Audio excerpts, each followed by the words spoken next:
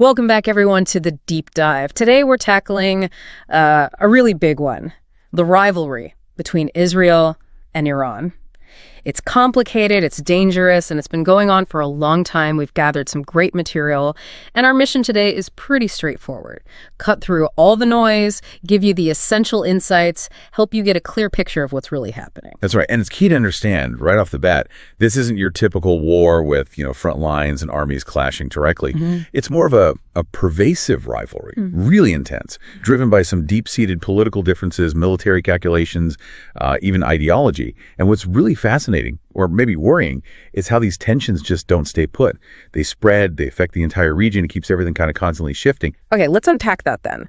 What are the absolute core issues driving this? What's really the heart of it? Well, first up, and maybe the most alarming for many, are the nuclear tensions, Iran's nuclear program, specifically their work on uranium enrichment. Our research really highlights Israel's deep-seated fear here. It's this existential worry that Iran could actually develop nuclear weapons. They see that not just as a problem, but as a direct threat to their survival. Absolutely. And if you connect that fear to the bigger picture, it's not just abstract anxiety. The potential for things to escalate if one side thinks the other is about to get a weapon, well, it's huge. Yeah. And for good reason. You hear this term breakout time. That's a key insight from the reports. Basically, how fast could Iran theoretically put a bomb together if they decided to? That possibility creates this constant undercurrent of tension. It impacts everyone nearby. Right. And these nuclear worries, they often seem to connect with another major piece of the strategy, don't they? Iran's support for militant groups. Yeah, the material shows Iran backing groups like Hezbollah in Lebanon, the Shia group, and also Hamas, the Sunni group in Gaza. Right. And both of those are very clearly enemies of Israel. Exactly. And what's compelling, strategically speaking, is why this proxy support works or why they use it. It's not just about stirring up conflict, though it certainly does that. It's a strategic choice. It's asymmetric warfare. It lets Iran project its power, challenge Israel's security, but, without the immense cost and risk of a direct military fight. So it creates these sort of battlegrounds by proxy. Precisely. Without a formal state-on-state war, but the consequences on the ground in places like Lebanon or Syria, they can be devastating. Okay, so beneath the nuclear issue and the proxy fights, there's something even deeper going on, and this is where it gets really interesting. It's this fundamental struggle for regional power, for influence. Both Israel and Iran want to be the dominant player in the Middle East. It feels like this high-stakes chess match playing out across multiple countries. Yeah, it really does. And this raises an important question, doesn't it? Why do they prefer these indirect methods, these proxy conflicts? Well, it seems these indirect clashes, this jostling in places like Syria or Iraq, let them test each other, test resolve, test capabilities. They can push the boundaries, sort of probe weaknesses, but without hopefully crossing that red line into a massive direct war. But it keeps everything incredibly volatile, right? Incredibly volatile. Yet, paradoxically, you could argue it's also been a way they've managed or contained the rivalry from becoming even worse.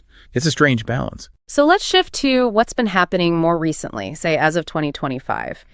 This dynamic seems to be heating up. We've looked at reports detailing Israeli airstrikes, and they're hitting Iranian-linked targets pretty consistently, not just in Syria anymore, where we often hear about them targeting advisors or weapons caches, but even sometimes strikes reported inside Iran itself. That feels like a significant escalation. It is. And as you'd expect, Iran hasn't just sat back. We've seen responses, threats, definitely, but also these quite sophisticated drone attacks. And often these attacks are carried out by those supported groups you mentioned, maybe flying from Iraq or Yemen, places like that. Which makes it harder to pin down sometimes. Exactly. And the big worry globally, you really sense this, is that these tit-for-tat actions, well, they could spiral. If this keeps going, if someone miscalculates, you could very easily end up in a much larger war, one that can pull in other countries too. Okay, so bringing this all together, what does this mean for us listening? War.